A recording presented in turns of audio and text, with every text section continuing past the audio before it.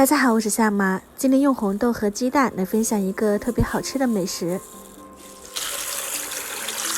红豆泡1个晚上，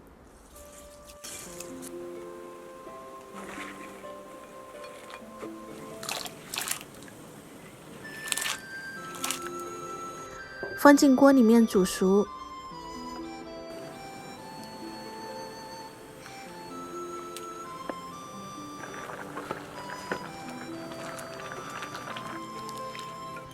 放进料理机里面打成红豆泥，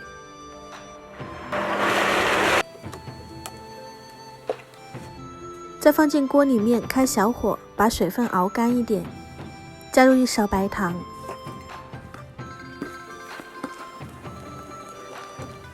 盛出来冷却。3个鸡蛋分离蛋黄和蛋清，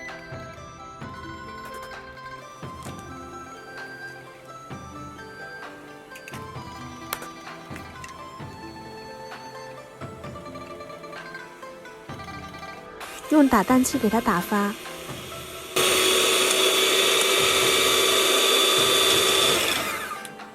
再加一点白糖和玉米淀粉，继续打发，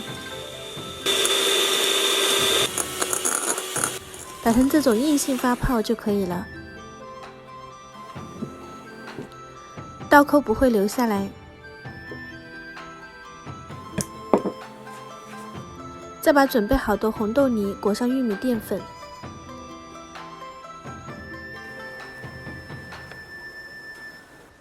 再裹上1层打发好的蛋白，放入油锅里面，小火慢炸，